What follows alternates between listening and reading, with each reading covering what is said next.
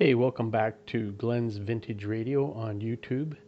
Today I have for you a 1935 Rogers Majestic 1060. It's a beautiful big old tombstone that I purchased locally, and this radio turned out to be an awful lot of work, so let's begin. So the corners on this radio are a burled walnut, which I had to replace because of the cracking and the chipping on it. The cabinet was made by Nectal Furniture, a local Hanover, Ontario furniture maker back in the 30s. The original flaking varnish or lacquer had to be removed on this radio. You can see this burn mark on the top. I think it was from a cigarette. The wrong dial lights burned through the face of the dial, so I had to order a new one from Radio Days.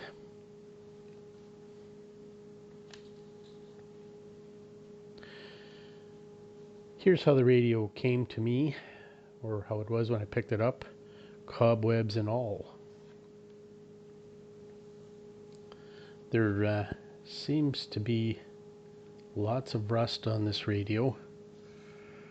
The closer you look, the uglier it seems to get. So I wonder if I have a mouse problem in this radio. The radio has one of the original spray tubes, the 6B7M. And when I pulled it apart, yes, a mouse has been living in this radio.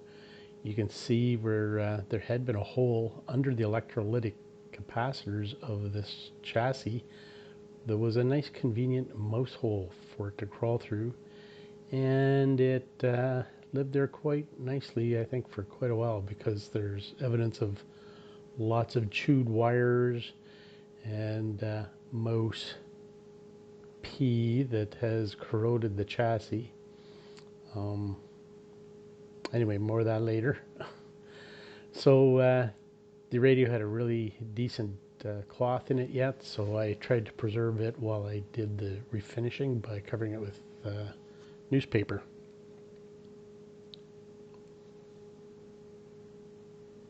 The dial glass in it was original, and so I pulled it and set it aside for later.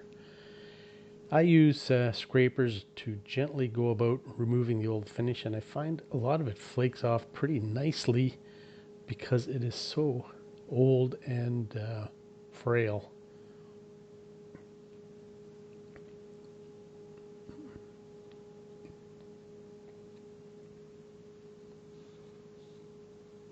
So here's more of the flaking lacquer on it. So this radio really had to have something done with it. I refinish all the radios I get because I just can't stand any blemishes on them, and some people I know don't like that, but it's just my preference.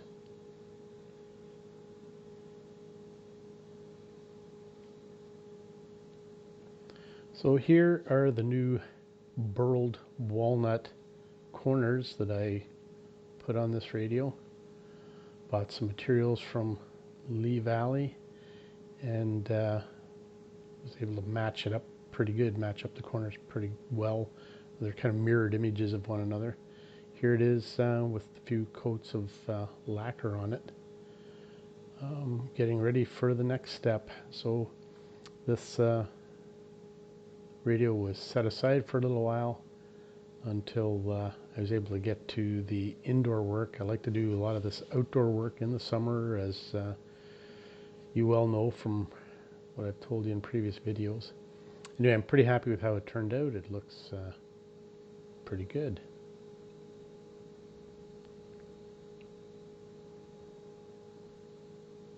And again, it's a beast of a radio. It's a little more than 20 inches tall, and it weighs a ton.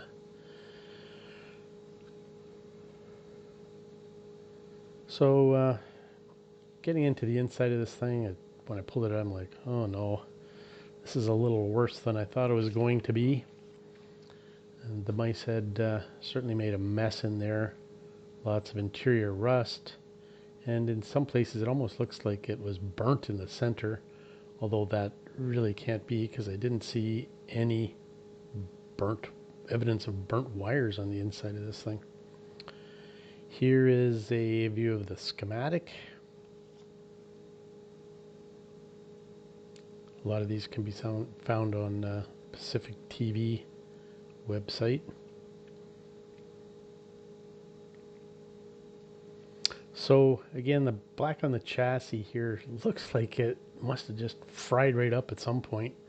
But again, that was my first impression, but now thinking about it, I think it's just because of all the crazy weird corrosion of the mouse pea. So one thing that confused me was this little stub of a wire that was hanging out of the power transformer and connected to nothing. It looked like it had been chewed off, but there was already a lead on the on-off switch, so it had me a bit confused. It seemed like we had one extra wire. After making some inquiries and looking around, I pulled the rust off of this cap or cover that was on the radio, and I found that there was a spot where you can wire this radio for 230 or 115, depending on the mains at your premise, whether it was used in Europe or North America, I would assume. And so there are different windings on this radio. This is the bubbled and broken down number 80 tube, rectifier tube socket. Again, I thought originally it was heat, but again, now that I really look at it and think about it, I think it was just the mouse or the mice that did this thing in. So that poor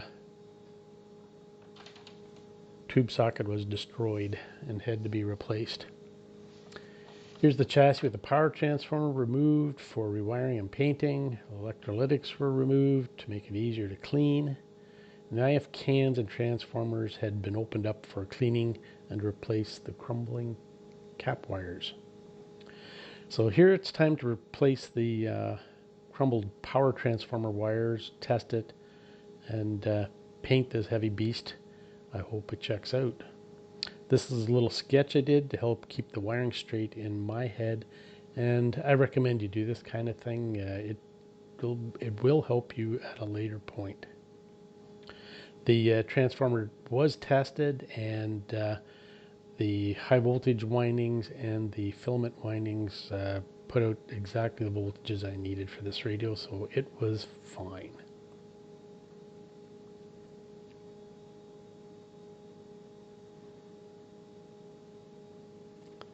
Now that all this is done, it's time to see what can be done to replace the caps and resistors on the eyelet boards. After staring at it for a long and hard duration, I felt that since there were resistors and caps mounted directly on the tube sockets below these boards, and there was so much crumbled and misrouted wiring, I thought, okay, it's time to document, remove, repair, and replace all the parts on the 10 and 17 position boards of this poor radio. So here we go. There's no turning back once you start to pull these things apart. This is where documentation becomes a really big help. Here's the chassis with the 10 position board removed. You can now see the caps and resistors that were unreachable before removing the board. Lots of crumbled wire laying in the bottom to be cleaned up. This is the side of the 10 position board that faced the chassis. What a mess of fried and broken components.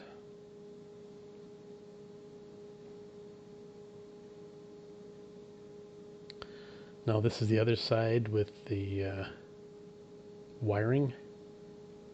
You can see again the crumbled wire.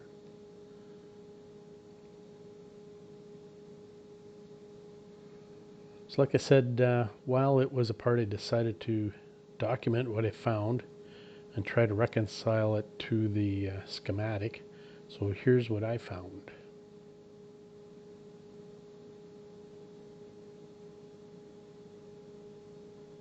This is the repaired 10 position board. None of the parts tested were salvageable, and considering all the work you have to do to dig it out, it only seemed to make sense to replace them all, along with all the parts on the sockets below the board.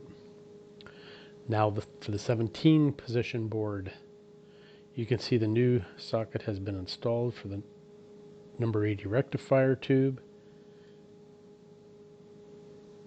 in this picture. Again, check out the mess below the removed board.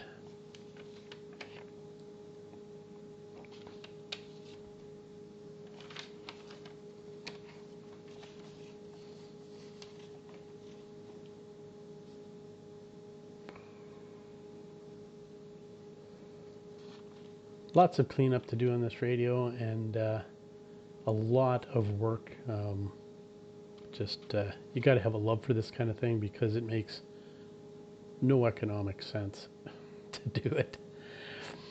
So this is side one of that 17 position board. Again, lots of caps and resistors, and again, none of which checked out. And again, this is side two of that eyelet board.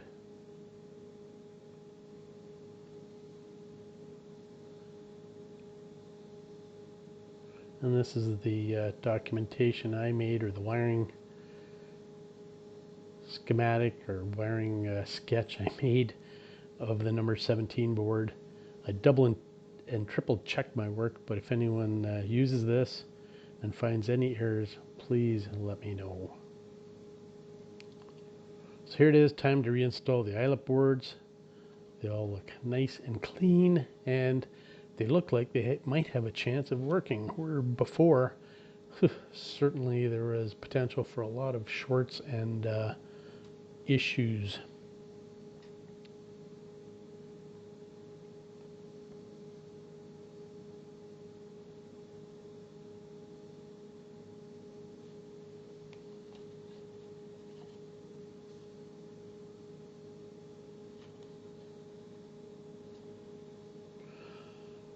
So there they are, reinstalled, and they just have to be pushed down into the chassis a little more, and the standoffs replaced on here. Some of them were missing, so I had to buy a few and remount the boards.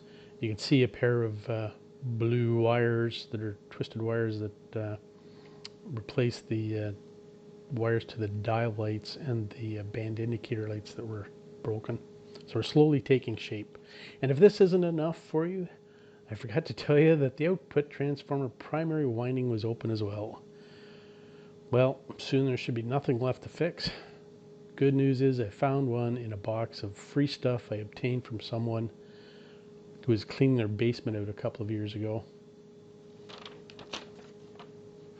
I installed a Hammond 166 N6 transformer wired up as a bucking transformer. And here is a sketch of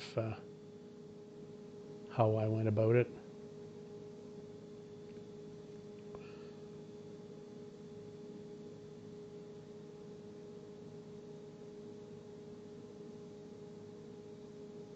The whole idea is to get the voltage back to what it would have been back in the 1930s. We're running at about 120 now, and back then it was like 115 to 110. This is the terminal board I used to connect the fuse and the thermistor and the mains to that bucking transformer. Before reassembly, I cleaned up as much rust as I could, sealed it with some spray lacquer, and in this picture you'll see all the new wiring, fuse, power transformer leads, and the bucking transformer.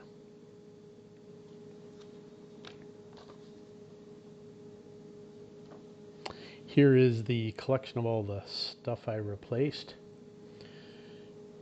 Again, a lot of work, not that terribly expensive financially, but the time that it took to repair this radio was crazy.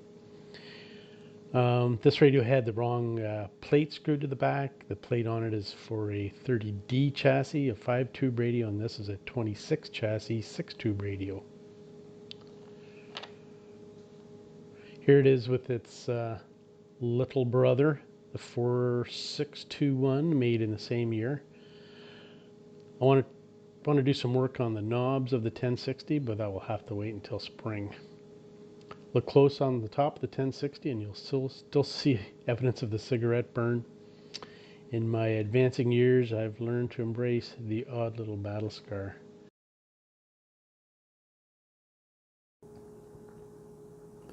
So let's take a look at the 1060 in action.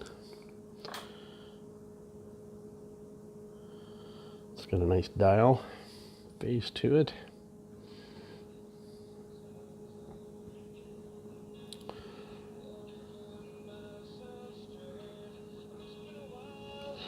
And sounds pretty good. You can see in the middle of the dial pointer here, as you tune in or out from a station, the light will dim as you tune in.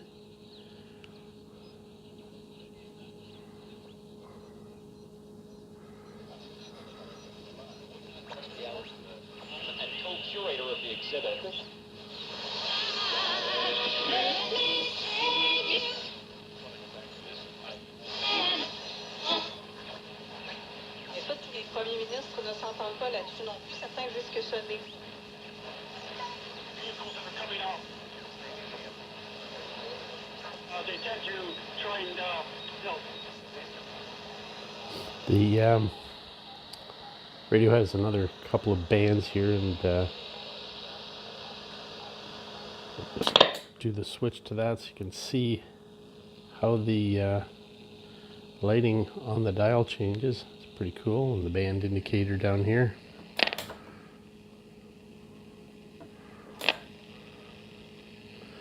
Take a little spin around on here, but it's usually pretty quiet.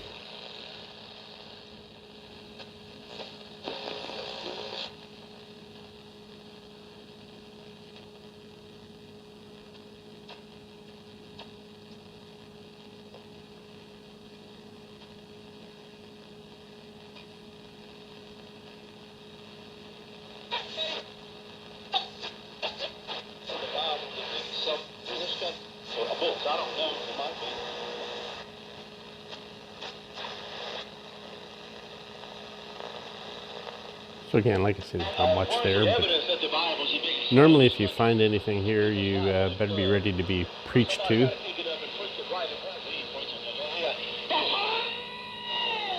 Whoa!